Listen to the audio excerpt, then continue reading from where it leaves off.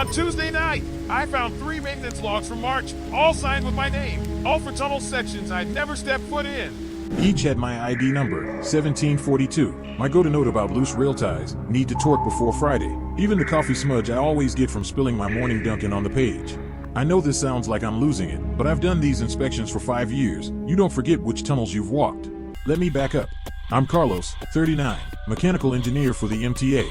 My job is overnight tunnel walks between Brooklyn and Manhattan, lonely shifts where the only light comes from my hard hat and the distant glow of subway cars.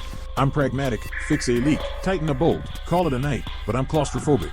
Not panic attack bad, just the kind where I count exits every time I step into a service corridor. Last month, the rain was biblical. The G-train tunnels flooded so bad we rerouted trains to the A-line. And my route shifted to the old Culver line, abandoned since '76, full of rusted platforms and walls that drip cold water like ghost fingers. I didn't mind the overtime, it pays for my niece's dance lessons, but I hated the quiet. Down there, the only sounds are your boots on concrete, the third rail humming, and rain pouring through street grates. Tuesday was my first night on the Culver.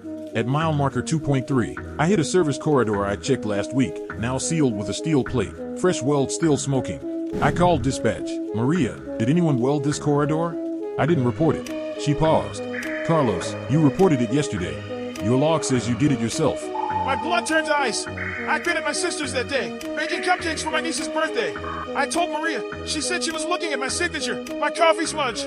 I shone my flashlight on the plate, scratch marks, spelling leaf, and jacket capital letters. I texted a photo to my girlfriend, Lila. She wrote back, MTA systems are ancient. Probably a mix-up. But I knew it wasn't. Only I spilled Dunkin' on my logs. That night, I couldn't sleep. I checked my ID 3 times. It was there, and replayed the log in my head, asterisk my asterisk words, my handwriting. I texted Lila again. Someone's using my name. She called, voice soft, come over tomorrow. We'll order pizza and laugh about this. I agreed, but my hands were shaking. Wednesday night was worse. Same route, same rain. At mile marker 1.8, I found a log dated today. I'd fixed a water main leak at Smith 9th Street Station. I went to check, fresh weld on the pipe. My initials, CM, scratched into the bucket catching drips. I called Maria. I'm in Smith 9th. The log says I was here an hour ago, but I'm here now. She said the camera feed showed 2 Carlos locations, 1.8 and 0.5, Smith 9th. I froze.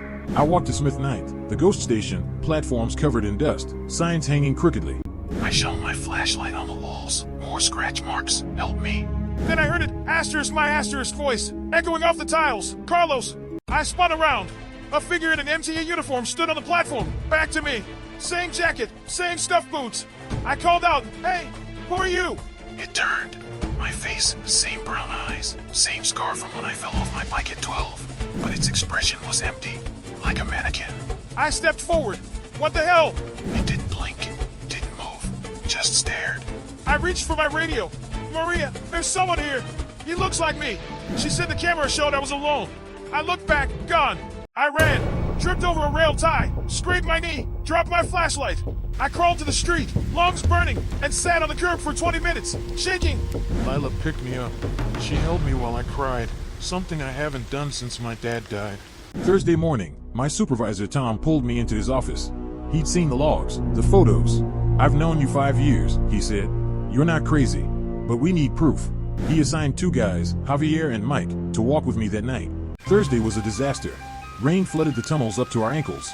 At mile marker 2.3, the steel plate was gone, pried open, water waist deep inside. Mike shone his light. Carlos, that's your flashlight.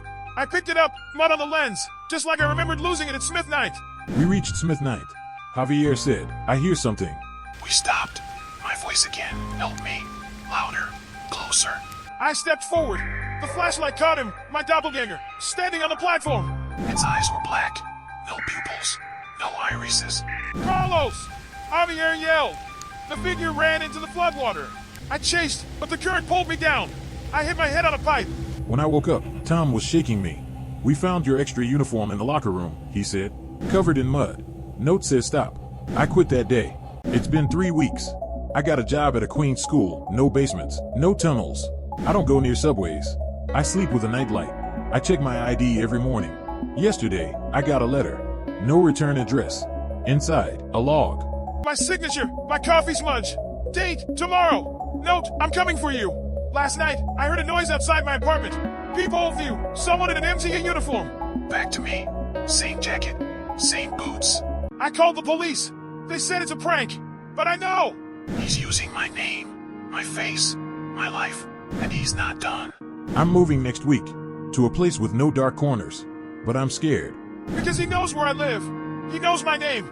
He's me, and I don't know how to stop him. I sleep with my flashlight now.